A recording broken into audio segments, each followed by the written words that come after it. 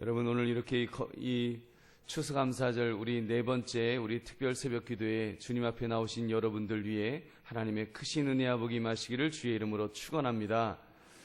오늘 여러분과 함께 나눌 말씀은 여호수아 결코 잊지 않겠다며 하나님께 감사라는 제목입니다. 여러분, 감사는 자기가 받은 은혜를 잊지 않았다는 가장 기본적인 표현입니다. 역으로 감사하지 않는다는 것은 받은 은혜에 대해서 내가 기억하고 있는 바가 전혀 없다, 나는 어떤 은혜를 받았는지 그런 것에 관심 없다, 이런 말이나 마찬가지가 될 것입니다. 여러분, 그렇게 볼 때 감사한다는 것이 얼마나 중요한 일인지요. 왜냐하면 감사할 줄 알아야 또 더 많이 받을 수도 있을 것이기 때문입니다. 여러분, 아무리 은혜를 베풀어 주어도 기억도 못하는 사람에게 누가 은혜를 계속 베풀고 싶겠습니까? 하나님의 마음도 별반 다를 것 없다고 생각합니다. 여러분, 그렇게 볼 때 오늘 읽은 말씀에 보면 여호수아는 그 돌 12를 세우면서 결코 잊지 않겠다는 이 표현을 하고 있습니다. 그 결연함이 얼마나 강력해 보이는지요. 여러분, 이 여호수아가 12돌을 기념비로 세우는 이 모습, 근데 실상은 이 감사는 여호수아가 스스로 깨달아서 시작한 것은 아니었습니다. 하나님께서 요단강을 건넌 후에 이제 그 땅을 정복하라고 진경 명령을 내리시기 전에 먼저 돌을 취하여 기념비를 세우라고 하나님께서 명령하신 것입니다. 하나님께서 너희들 이것을 기억해라, 이것을 생각하면서 감사하라고 지금 그 기념비를 세우라 하신 것입니다. 그렇게 기념비를 세우는 것은 중요한 의미를 내포하고 있습니다. 그들이 기념비를 세우고 그것을 볼 때마다 하나님께 대한 감사하는 마음이 생겼을 것입니다. 그리고 그 감사를 통해서 자기들을 인도하는 분이 누구신지, 누가 그들의 인생을 인도하고 있는지를 그들로 하여금 깨닫게 하시는 것입니다. 그래서 그 하나님에게 초점을 맞추어서 하나님만 붙들고 하나님만 의지하고 이제 그 가나안 땅을 정복하는 그 일을 감당할 수 있도록, 그 일을 시작할 수 있도록 하나님께서는 기념비를 세우라고 말씀하셨던 것입니다. 여러분, 왜 이런 기념비가 필요할까요? 하나님께서 무슨 공치사를 하시고 싶으셔서 이 기념비를 세우라 하셨겠습니까? 여러분, 왜냐하면 우리 인간은 신기하게도 현재에 집착하면서 살기 때문에, 이 현실에 집착하면서 살기 때문에 자칫 지난날의 일들을 쉽게 잊어버리기 때문입니다. 여러분, 그러다 보면 자기도 모르게 자칫 하나님을 밀어버리고 주인이 누구신지도 기억하지 못한 채 마치 자기가 인생의 주인인 양 그렇게 행세하며 살 수 있기 때문에, 착각하며 살 수 있기 때문에 하나님께서 기념비를 세우라 하신 줄로 믿습니다. 여러분, 사랑하는 성도님들, 이 새벽에 우리가 추수감사절 특별 새벽 기도에 여러분 이 시간이 바로 기념비를 세우는 그런 은혜의 시간이 되시기를 주의 이름으로 축원합니다. 여러분, 어제도 우리 슈퍼맨이신 하나님께 감사하자 했는데 정말 구체적으로 내 삶에 함께 하셨던 하나님의 역사를 잊지 말고 기억하며 감사해야 합니다. 여러분, 그냥 기억하겠습니다, 이 정도가 아니라 어떻게 하면 하나도 빠뜨리지 않고 내가 정말로 하나님께서 나에게 베풀으신 그 은혜에 감사하며 살 수 있는지 여러분 깊이 묵상하며 또 결단하시는 이 새벽이 되시기를 다시 한번 주의 이름으로 축원합니다. 여러분, 하나님께서 요단강을 건너는 중에 이제 여호수아에게 명령을 하셨습니다. 요단 가운데로 들어가서 12지파의 숫자대로 각기 돌 한 개씩을 가져다가 어깨에 매라는 것이었습니다. 그리고 그것을 가져다가 그들의 숙소에 두라고 하셨습니다. 숙소에 두었다가 이제 길갈에 도착하게 되면 바로 그곳에서 세우라는 것입니다. 길갈은 이스라엘 백성들이 가나안 땅을 점령하기 위한 군사기지였습니다. 바로 그곳에 그들이 어떻게 요단강을 건넜는지를 잊어버리지 않도록 그곳에 기념비를 세우도록 명령을 내리셨던 것입니다. 여러분, 그뿐이 아닙니다. 그러한 기념비를 세우는데 여호수아 역시도 열심을 내는 것을 우리가 보게 됩니다. 여호수아는 이스라엘 백성들이 모두 요단강을 건너는 중에 하나님의 언약궤와 제사장들이 있던 그곳, 바로 요단강 한가운데 또 하나의 12돌을 세웠던 것입니다. 그것이 오늘까지 거기에 있다고 기록한 것을 보면 아마도 제가 가보지 않아서는 잘 모르지만 그 요단강이 그다지 깊지 않아서 그 12돌이 제법 높게 또 쌓여 있어서 그것이 보일 때가 있었던 것 같습니다. 그래서 이렇게 요단강에다가 또 여호수아가 그 12돌을 이렇게 세우는 것을, 기념비를 세우는 것을 우리가 볼 수 있습니다. 여러분, 아무튼 왜 하나님은 이렇게 기념비를 세우라 하셨을까요? 그리고 왜 여호수아는 그러한 기념비를 기꺼이 열심을 다하여 그것을 세웠겠느냐는 말입니다. 여러분, 그것은 그 기념비에 담겨 있는 의미를 기억하기 위함이 아니겠습니까? 그 의미를 기억하기 위함. 예를 들면 길갈과 같은 곳은 평평한 곳입니다. 거기에 12개의 큰 돌이 세워져 있는 것을 호기심이 많은 아이들이 보게 될 것입니다. 그리고 관심의 대상이 되어서 아이들이 물을 것입니다. 저기 있는 돌들은 무슨 뜻이죠? 저기에 왜 돌들이 쌓여 있는 것이죠? 왜 저기 평평한 이 들판에 왜 갑자기 이렇게 엉뚱하게 돌들을 쌓아놓은 곳일까요? 이렇게 묻게 되었을 때 그들에게 대답해 주는 것입니다. 얘들아, 원래 저 돌들은 깊은 그 요단 강물 속에 있던 것들인데 우리가 이 땅을 정복하기 위해서 건너고자 했을 때 하나님께서 흐르던 그 강물을 막아주셔서 이적적으로 이렇게 우리가 그 강을 건널 수 있었단다. 그 요단강에서 우리가 돌 12를 취해서 지금 이곳에 기념비를 세워놓은 것이란다. 물론 이 12이 바로 우리의 12지파를 이렇게 상징하는 거야 하면서 가르쳐주는 것입니다. 그러면서 설명해주는 사람도 또 그 이야기를 듣는 아이도 하나님께 감사의 찬송을 올려드리는 것입니다. 여러분, 그렇습니다. 기념비는 기억을 위한 것이므로 기념비 그 자체에 무슨 특별한 의미가 있는 것은 아닙니다. 그렇게 기념비를 쌓는 이유는 기억을 보다 강화하고 새롭게 하기 위함입니다. 그래서 그 기념비에 담겨있는 하나님의 역사, 하나님께서 어떻게 이스라엘 백성들을 구원해내셨는지, 어떻게 이끌어 주셨는지를, 도와주셨는지를 그것을 기억하며 감사하도록 그렇게 만들었던 것입니다. 여러분, 그런 측면에서 우리 추수감사절을 생각해 보시기 바랍니다. 이 추수감사절과 같은 감사의 절기는 일종의 기념비와 같은 것입니다. 달력에 적혀 있는 기념비입니다. 왜 추수감사절이 있는 거예요? 라고 자녀들이 물었을 때, 믿음의 후배들이 물었을 때 추수감사절을 해야 하는 이유를 설명할 수 있어야 됩니다. 예를 들면 미국 사람들에게는 그 설명이 좀 더 확실할 것입니다. 우리 조상들이 영국에서 신앙의 자유를 얻기 위해 그 플리머스호를 타고 이 땅 신대륙에 도착하였단다. 어쩌고 저쩌고 하면서 설명할 수 있을 것입니다. 그러면 그 이야기를 말하는 사람이나 듣는 사람은 하나님께서 이렇게 우리 미국을 축복해 주셨구나. 다시 한번 회상하면서 감사할 수 있는 것입니다. 그 감사는 더 하나님께 가까이 가는 통로가 되어서 더 축복된 나라가 되는 것입니다. 근데 오늘날은 좀 아닌 것 같습니다. 제가 보기에 미국 사람들에게 추수감사절은 더 이상 감사의 의미를 담은 기념비와 같은 것은 아니라는 생각이 듭니다. 분명히 기념비는 아직도 서 있는데 그 기념비를 바라보는 의미는 많이 퇴색된 것 같습니다. 왜냐하면 추수감사절은 이때 왜 추수감사절을 하는지에 대한 설명은 사라져버린 지 제법 오래된 것 같습니다. 요즘 미국인들에게 추수감사절은 청교도들이 신앙의 자유를 찾아 신대륙에 도착하여 드렸던 감사절의 의미로 생각하는 그런 사람은 별로 없을 것입니다. 물론 지식적으로 한두 마디 상식으로는 알고 있겠지만 교회 다니는 사람들은 그래도 분명히 알고 있겠지만 교회를 다니지 않는 사람들에게 그 추수감사절은 별로 의미가 없습니다.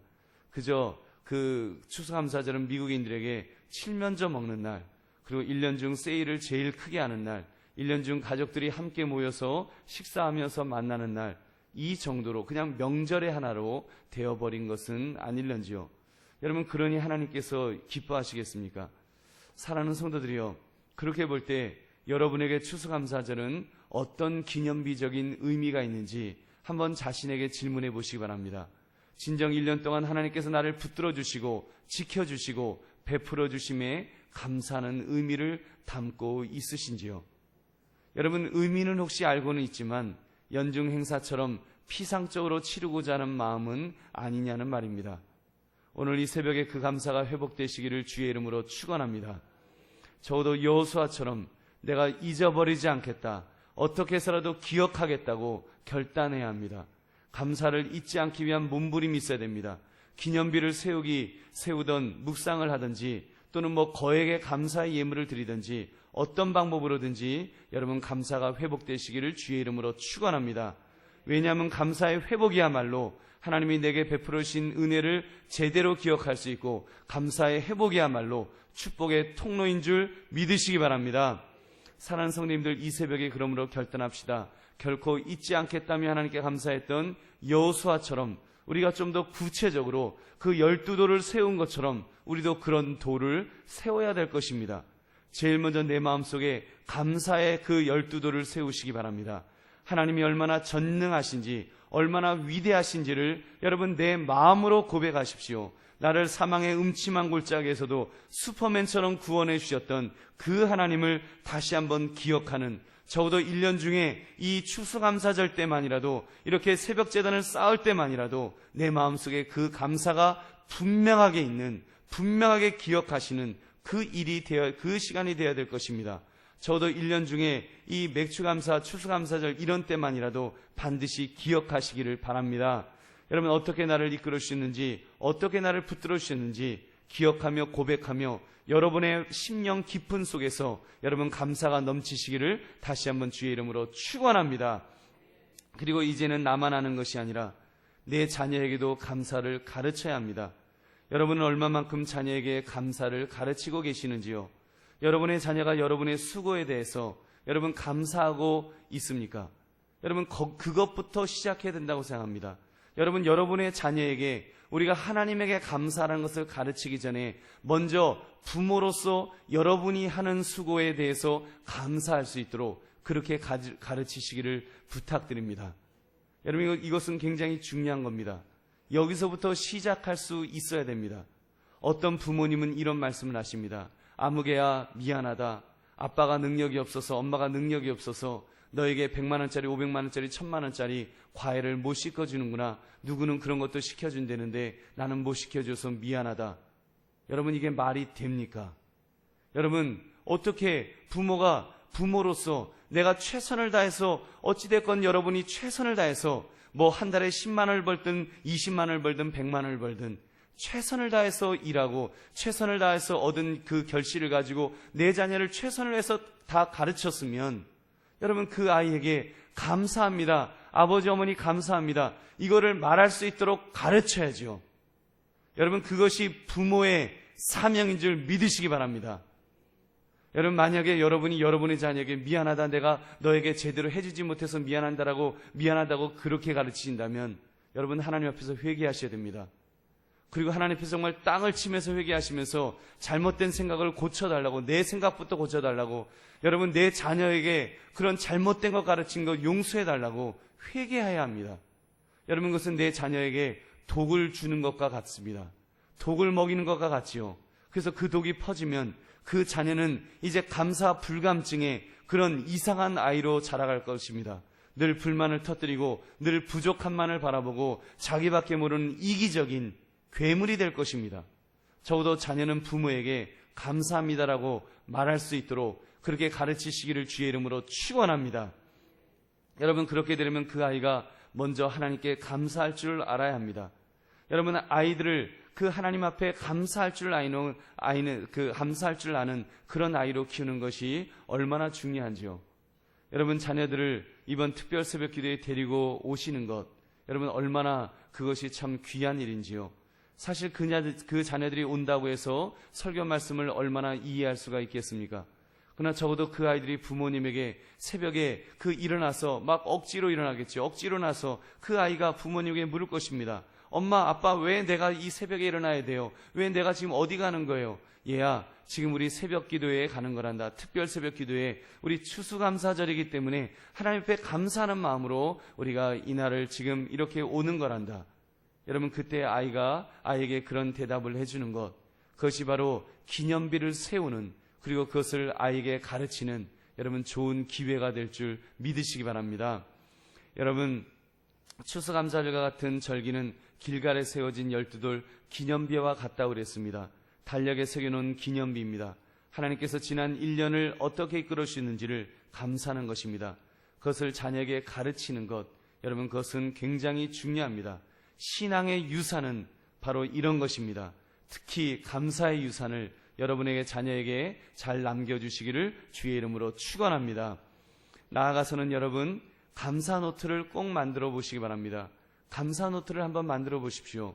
우리가 기도 노트는 아마 들어보았지만 감사 노트는 별로 들어보지 못하셨을 것입니다. 우리가 무엇을 해주세요, 그거 해주시는지 안 해주시는지 내가 적어 놓을 거예요. 그리고 적어 놓고 체크하는 우리 그런 기도 노트는 만들지만 이미 베풀어 주신 하나님의 은혜에 감사하는 감사의 노트를 한번 사용해 보셨는지요? 여러분, 우리가 한번 따로 만들지 않았습니다. 그렇다면 이번에 한번 만들어 보시기 바랍니다. 그래서 감사의 노트를 가지고 하루에 한 번씩, 적어도 하루에 한 가지 이상 한번 그 노트에 감사의 내용을 적어 보시기 바랍니다. 그러면 어떤 날은 감사할 거가 많으니까 한 개가 아니라 2개, 3개도 막 하겠죠. 하나님 감사합니다. 이번에 바이어를 만났는데 이번에 굉장히 많은 물건을 사도록 계약을 체결했습니다. 하나님 감사합니다. 할렐루야, 놀렐루야 막 쓸 거예요. 근데 이제 쓸 일이 없는 날도 있을 것입니다. 이건 오히려 잘 되는 것이 아니라 뭐가 꼬이고 잘 안 돼서 쓸 게 없을 거예요. 그러면 막 머리를 쥐어짜겠죠. 뭘 써야 될까? 그러다가 이제 기억나는 대로 하나님 오늘 그래도 밥 먹고 소화 잘 시키게 하심을 감사합니다. 그거라도 쓸 것이고, 잊지 않고 오늘 감사 노트를 오늘도 그 볼펜을 들고 쓸 수 있도록 하심을 감사합니다. 여러분, 그렇게 적어도 하루에 한 가지 이상 감사하는 내용을 여러분 적다 보면 여러분, 여러분의 심령에 하나님께서 놀라운 은혜를 베풀어 주실 줄은 믿습니다. 여러분, 그동안 하나님이 나와 너무 멀리 계신 것 같고 하나님이 나를 사랑하지 않으신 것 같았는데 하나님이 나를 이렇게 사랑하시는구나. 오늘도 하나님이 나를 사랑하셨구나. 그리고 그 하나님은 정말 그 감사의 노트가 점점 커지면 커질수록, 두꺼워지면 두꺼워질수록 여러분, 하나님의 깊은 사랑이 더 두껍게 느껴지게 될 줄로 믿습니다. 여러분, 그런 감사, 정말 우리가 그러므로 여호수아처럼 결코 잊지 않기 위해서 꼭 감사 노트를 만드셔서라도 감사를 잊지 않으시는 이번 추수감사절 이 절기가 되시기를 주님의 이름으로 축원합니다. 우리 함께 기도하겠습니다. 오늘 말씀 생각하시면서 우리 함께 기도하시는